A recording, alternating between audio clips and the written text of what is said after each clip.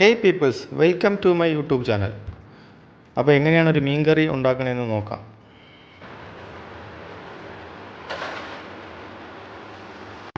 അതിനായിട്ട് അരമുറി തേങ്ങയാണ് ഞാൻ എടുത്തിരിക്കുന്നത്. അത് തിരികെ എടുക്കാം.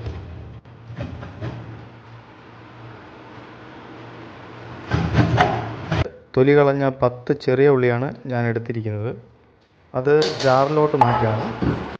അതുപോലെ തന്നെ തിരികെ വെച്ചിരിക്കുന്ന അരമുറി തേങ്ങയും ജാറിലോട്ട് എടുക്കുകയാണ്. 2.5 ടേബിൾ സ്പൂൺ മുളക് പൊടിയാണ് ഞാൻ എടുത്തിരിക്കുന്നത്. ചെറിയ സ്പൂണായത് കാരണം ഞാൻ ഒരല്പം കൂടുതൽ ഇടുന്നുണ്ട്.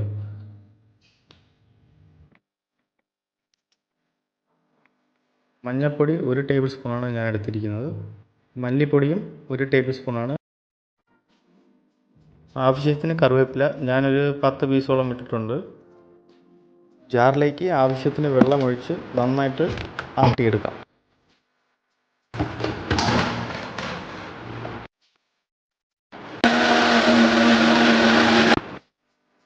പുളി ഒരു നാരങ്ങ വലുപ്പത്തിലാണ് ഞാൻ എടുത്തിരിക്കുന്നത്. ഇത് വെള്ളത്തിൽ ഊറിയ ശേഷം നന്നായിട്ട് പിഴിഞ്ഞെടുക്കാം.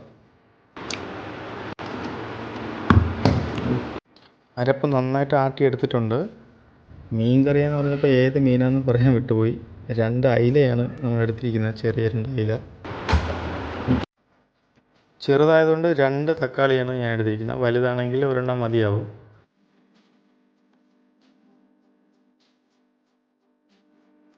പിന്നെ 2 പച്ചമുളക് ഞാൻ എടുത്തിട്ടുണ്ട്. അതുപോലെ തന്നെ കുറച്ച് കറിവേപ്പിലയും എടുത്തിട്ടുണ്ട്. ഇനി വൃത്തിയാക്കി വെച്ചിരിക്കുന്ന മീൻ ചട്ടിയിലോട്ട് നമുക്ക് അരപ്പ് ഒഴിക്കാം. ജാറിലേക്ക് ആവശ്യത്തിന് വെള്ളമൊഴിച്ച് നന്നായിട്ട് ആട്ടിയെടുക്കാം. അതിലേക്ക് ഊറാൻ വച്ചിരുന്ന പുളി നന്നായിട്ട് കരച്ച് അതിലോട്ട് ഒഴിക്കുകയാണ്.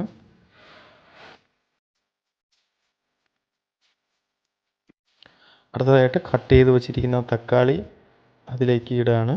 അതുപോലെ തന്നെ നടുവേ കീറി വെച്ചിരിക്കുന്ന പച്ചമുളകും പിന്നെ ആവശ്യത്തിന് കറിവേപ്പിലയും. ശേഷം ഇതെല്ലാം കൂടെ നന്നായിട്ടൊന്ന് മിക്സ് ചെയ്ത് വയ്ക്കാം. ഇനി ആവശ്യത്തിന് ഉപ്പ് ചേർക്കാം.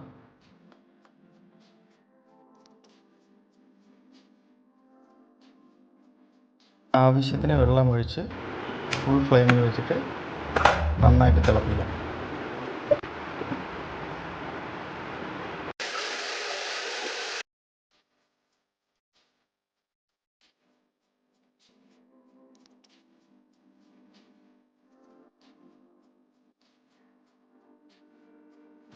നന്നായിട്ട് തിളച്ച ശേഷം ഫ്ലെയിം ഡിമ്മിലാക്കി മൂടി വെച്ചതിന് ശേഷം നന്നായിട്ട് ഒന്നുകൂടെ തിളപ്പിച്ചെടുക്കാം.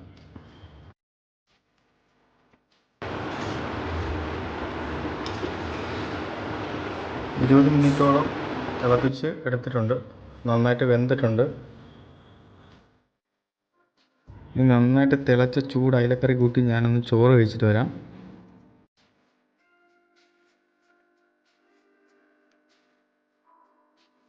Thanks for watching. പുതിയ നല്ലൊരു വീഡിയോ ആയിട്ട് കാണുന്നവർക്ക് നന്ദി, നമസ്കാരം.